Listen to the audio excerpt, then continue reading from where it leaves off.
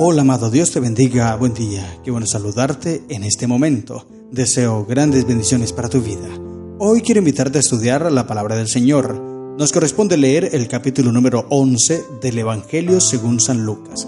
Vamos avanzando en el estudio de la palabra del Señor y espero que estés haciendo juicioso este estudio de su palabra, porque su palabra nos reaviva.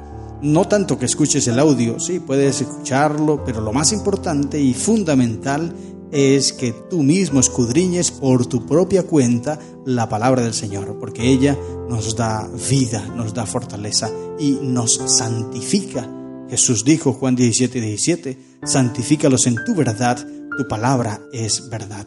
El capítulo 11 del Evangelio según San Lucas presenta varios eventos, varios relatos claves en el ministerio de Jesús. Primero, versículo 1 al 4, la oración de Jesús. Jesús enseña a sus discípulos a orar. Versículo 5 al 13, la persistencia en la oración. Jesús hace énfasis. Recuerda que Lucas, aparte que es el evangelio de la mujer, ya esto lo vimos, como varias mujeres son relevantes en el ministerio de Cristo a través del evangelio de Lucas. Ahora Lucas también es el evangelio de la oración, porque Lucas, aunque no fue testigo ocular de los eventos de Jesús, sin embargo, él al investigar y al escuchar los relatos de la vida de Cristo, le llamó mucha la atención el hecho de que Jesús oraba. Las oraciones de Jesús eran muy importantes para Lucas, por eso él registra. Y en el versículo 5 al 13 habla sobre la persistencia en la oración. Jesús enseña allí sobre la importancia de perseverar en oración, perseverar. Versículo 14 al 26 habla sobre la acusación de que Jesús expulsa demonios por Belcebú, y allí Jesús responde a las acusaciones de los fariseos y él les enseña acerca de la verdad. Luego del versículo 27 al 32 habla sobre los verdaderos bienaventurados, que bienaventurado es guardar, no solamente hablar ni predicar, sino guardar la palabra del Señor. También habla de los hombres perversos que piden señal. Versículo 33 al 36 presenta sobre la lámpara del cuerpo, la luz del cuerpo. Jesús enseña sobre la importancia de la pureza del corazón.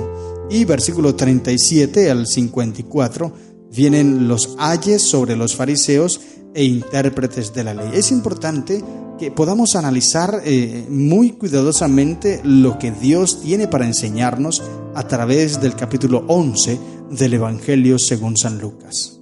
3 aplicaciones para tener en cuenta en este capítulo 11. Primero, la oración del Señor Jesús nos enseña a depender de Dios en nuestra vida.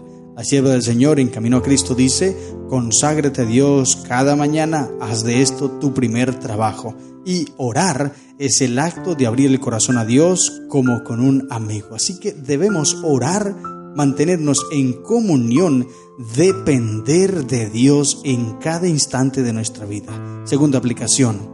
La persistencia en la oración nos muestra la importancia de perseverar en nuestra relación con Dios. En estos días te estoy hablando acerca de que no solamente es hacer algo y ya, algo espectacular, algo inmenso. Por ejemplo, una semana de oración, una campaña evangelística, tú estás fortalecido en tu vida espiritual, estás conectado, pero luego que termina la semana, entonces te desanimas. No, así no debe ser nuestra vida. Nosotros debemos mantenernos, ser constantes en la oración todo el tiempo. Esto le enseñó Jesús a los discípulos allí en Mateo 17 cuando desciende de la transfiguración. Esto ya lo hemos estudiado varias veces en Marcos y ahora en Lucas. Pero cuando Jesús desciende de la transfiguración, los discípulos habían intentado sanar a un muchacho lunático, un endemoniado, pero no habían podido. Y Jesús llegó, el padre lo buscó y le dijo, mira, este niño está endemoniado, mi muchacho, mi hijo, y el demonio lo lanza al fuego, al agua, hace con él lo que quiere. Lo he traído a tus discípulos, pero no han podido. ¿Tú puedes hacer algo? Hazlo si puedes. Y Jesús le dijo, si tú crees, yo lo puedo. Y él le dijo, yo creo, ayuda a mi poca fe. Interesante. Ahora, Jesús sanó a ese muchacho y después de sanarlo, le dice a los discípulos, ustedes son tercos hombres de poca fe. Este género, dice, no sale sino con oración y ayuno. Y vuelvo a retocar esto porque es importantísimo ahora que estamos hablando de la oración. Jesús allí no está diciendo que cuando tú tengas un problema, entonces te arrodilles a orar y Él te ayudará a solucionar ese problema. No, o cuando te enfrentes a un demonio, entonces ores y ores y ores y empiezas a orar y a orar. No, eso no es lo que tiene el poder. El poder realmente, o lo que Jesús está enseñando realmente allí, es en una vida de oración, una constancia, perseverar, lo que dice aquí Lucas 11, la perseverancia, la persistencia en la oración. Ahora, 3 preguntas para nosotros reflexionar en este capítulo. Primero, ¿qué significa para mí la oración en mi vida? Importantísimo. ¿Qué es la oración para ti? ¿Cómo usas la oración? Segundo, ¿cómo puedo perseverar en mi relación con Dios? Y tercero, ¿qué implica la pureza del corazón en mi vida diaria? Es importante que tú puedas reflexionar, analizar en tu vida y llegar a un cambio para que estés cerca, cada día más cerca de Cristo Jesús. Cerca, más cerca, como dice el himno, Cristo de ti, fiel Salvador y mi eterno solaz. Es importante que tú reflexiones y puedas llegar a un cambio en tu vida. Leamos la palabra del Señor entonces, Lucas 11. Aconteció que estando Jesús orando en un lugar, y cuando terminó, uno de sus discípulos le dijo: Señor, enséñanos a orar, como también Juan enseñó a sus discípulos. Mira, no es que los discípulos no supieran orar, claro que sí, ellos oraban. Pero al ver a Jesús y escuchar la oración que Jesús tenía con su Padre, a ellos les llama la atención. Porque Jesús oraba diferente a como oraban los líderes religiosos de aquel entonces. Los discípulos eran judíos, ellos conocían, ellos iban a la sinagoga, ellos sabían cómo oraban los sacerdotes y los intérpretes de la ley, pero su oración era diferente, un poco tediosa, muchas cosas allí, muchas palabrerías, repeticiones, vanas palabrerías. Ahora, cuando escuchan a Jesús orar, saben o escuchan y se dan cuenta que Jesús ora de una forma diferente, les llama la atención, y por eso es que le dicen: Señor, nosotros queremos orar de esa manera, ¿qué es lo que tenemos que hacer? Enséñanos a orar.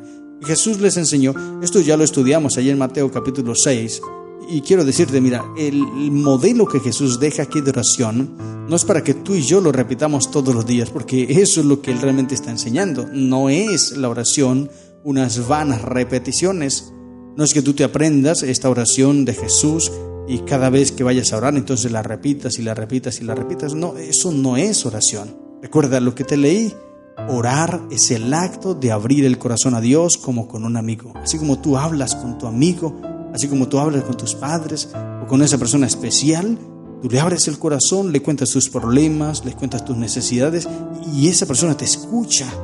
Algunos te pueden aconsejar, otros tal vez te escuchan y te defraudan porque empiezan a regar tu historia por muchas personas y te defraudan, pero Jesús no lo hace contigo. Entonces lo que tú tienes que hacer es igual abrirle tu corazón, contarle a Jesús, hablarle, decirle lo que está pasando, decirle lo que te está sucediendo. Y Jesús no solamente te escucha, sino que te ayuda y te da fortaleza para enfrentar toda la situación. Y les dice, versículo 2, cuando oréis, decid: Padre nuestro que estáis en los cielos, santificado sea tu nombre, venga tu reino, hágase tu voluntad como en el cielo, así también en la tierra. Padre nuestro. Dice Palabra de Vida del Gran Maestro, páginas 107 y 108. Jesús enseñó a los hombres a dirigirse a Dios usando este nuevo nombre, para que su fe se fortaleciera y quedaran impresionados con la íntima relación que tienen el privilegio de gozar en comunión con Él. Amén. Gloria al Señor. ¿Cuál es esa íntima relación, íntima comunión que tú y yo tenemos con Dios? Aquí Jesús lo dice: Padre nuestro. Esa es la relación que tenemos, la conexión que hay entre Dios y nosotros, es que Él es nuestro Padre y nosotros somos sus hijos. Primera de Juan 3:1 dice: mirad qué amor nos ha dado el Padre para que seamos llamados hijos de Dios. Somos hijos de Dios cuando le entregamos nuestra vida, cuando nos sometemos a Él y hacemos su voluntad. Entonces allí, cuando hablamos con Él, estamos hablando con nuestro Padre. Acerquémonos pues confiadamente al trono de la gracia. Y Jesús les enseña allí acerca de la oración. Luego, versículo 14 al 23, llega el momento cuando las personas retractores de Jesús, los fariseos y los escribas, todas estas personas que se venían en contra de Jesús, empezaban a atacarlo tratando de sacarle mentiras o que se equivocara para ellos acusarlo ante las demás personas, pero Jesús era perfecto, es Dios, así que Él todo lo que hacía les enseñaba a ellos. Y viene donde Él sana a un muchacho, un endemoniado, uno que estaba mudo, y cuando el mudo habla, entonces los fariseos, mira lo terrible, la incredulidad de estos hombres, más que todo no era incredulidad sino arrogancia, prepotencia, orgullo, porque ellos veían, ellos sabían que lo que Jesús decía era realidad, era verdad, pero el orgullo no los dejaba aceptar porque iban a perder el cargo. Tal vez pensaban en esto, en su cargo, en su posición, en su estatus, y también perderían dinero, así que no estaban dispuestos a reconocer que Jesús tenía autoridad. Hoy día sucede igual, querido hermano. Hay muchas personas que conocen la verdad, que saben cuál es el camino correcto, que saben cuál es la verdad, pero no se deciden por Cristo porque piensan en el dinero, piensan en los recursos económicos, piensan siempre en lo material, pero no le dan prioridad a Dios en su vida. Recuerda, querido amigo, lo material pasa, lo material se destruye, pero al final quien permanece es aquel que tiene la palabra del Señor, porque dice Isaías 48, sécase la hierba, marchítase la flor, mas la palabra de Dios nuestro permanece para siempre. Hay una gran lección allí. Y luego el versículo 24 al 26 habla sobre el espíritu inmundo que vuelve, y esto es muy importante. Mira, cuando tú conoces, aceptas el evangelio de Cristo, pero luego te apartas, te alejas, el enemigo viene y te toma con más fuerza, porque aquí dice que aquel espíritu que sale del hombre cuando tú aceptas a Cristo, el espíritu malo sale. Hay dos cositas aquí. Uno, tú siempre vas a tener algo en tu corazón, nunca va a estar vacío, me refiero a la mente, allí nunca va a estar vacía. O está Cristo o están los demonios, o está Satanás. Y cuando llega Cristo a tu vida, el demonio sale. Y cuando el demonio sale, luego que tú te apartas de los caminos del Señor, dice que aquel demonio sale y anda por lugares secos buscando reposo, y no hallándolo dice, volveré a mi casa de donde salí, y empieza a llegar a tu mente ese deseo antes que tenías de tomar, de bailar, de escuchar música y muchas cosas más, y te empiezas a desanimar en la iglesia.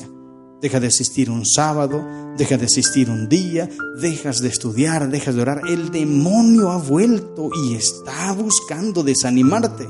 Entonces tú te desanimas y te alejas. Y ahora dice el versículo 25, y cuando llega la halla barrida y adornada, entonces va y toma otros 7 espíritus peores que él, y entrados moran allí, y el postrer estado de aquel hombre viene a ser peor que el primero. Nótese bien lo terrible. Sale el espíritu, luego llega porque tú te has alejado de Cristo, y Él viene con 7 más, o sea, hay 8, pero aunque le está colocando un número aquí, simplemente está simbolizando lo terrible que es apartarnos de los caminos del Señor. Por eso es importante, hermano, que nosotros permanezcamos en Cristo Jesús. Y allí ahora viene el versículo 27, donde hay esperanza, hay alegría, gozo, regocijo. Mira el contraste con lo que te acabo de decir. Cuando te alejas de Cristo, Satanás viene y te toma con toda su fuerza.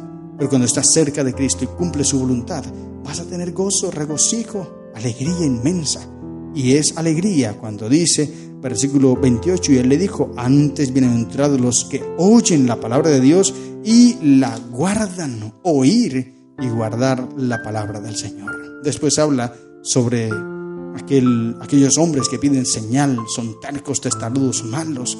Pero Jesús les da ahí una sentencia. Después viene sobre la lámpara del cuerpo. Tenemos que alumbrar, querido hermano. La luz de Cristo que brilla en nuestro corazón no debe ser solamente para nosotros.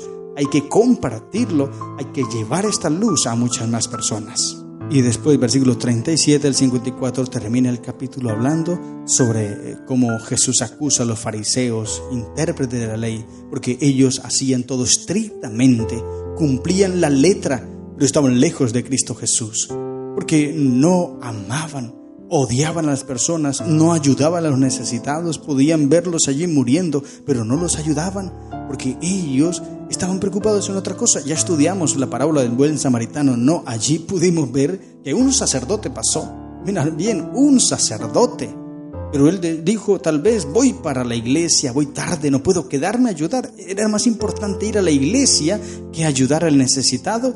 Allí lo que fue a hacer a la iglesia no sirvió de nada, porque la práctica realmente la pasó por alto. Luego un levita y tampoco finalmente un samaritano, que tenía otros planes, que tal vez no era muy ferviente como los demás, pero hizo el trabajo que debía hacer.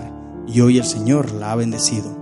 Sin tanta palabrería, sin tanto deseo de mostrarse, porque hoy día hay muchos que quieren mostrarse, toman fotos para que los demás vean que están haciendo buenas obras y todo, pero su corazón está vacío. Y este samaritano, sin tantas cosas, sin tanto escándalo, ayudó a la persona más de lo que debía ayudar. Y ahí demostró cuál es el verdadero evangelio, cuál es el verdadero camino, cuál es la verdadera senda. Esto es lo que no estaban haciendo los fariseos, por eso Jesús los acusa y les dice: hipócritas. Pero el Señor le dijo: ahora bien, vosotros los fariseos limpiáis lo de fuera del vaso y del plato, pero por dentro estáis llenos de rapacidad y de maldad. Ahí está. No era un cristianismo genuino, efectivo, porque simplemente eran fachadas, y es lo que Él enseña. Tienes que hacer una cosa sin dejar de hacer la otra. Tienes que estudiar la Biblia, conocer muchas cosas, conocer muchas doctrinas de la Biblia, saber explicar los versículos, saber enseñar a las personas para que confíen en Cristo. Esto es importante que lo hagas, pero tampoco debes dejar de hacer obras de caridad, ayudas, orar por las personas necesitadas, y todo eso hace parte del verdadero evangelio, y es lo que Cristo está enseñando aquí en el capítulo 11 del Evangelio según San Lucas. Por eso acepta la misión de Cristo Jesús, ve donde Él te pide y vive la vida de manera práctica, porque esto es lo que ha enseñado Cristo Jesús. Estas son las lecciones que encontramos en el capítulo 11 del Evangelio según San Lucas. Que el Señor te bendiga. ¡Feliz día!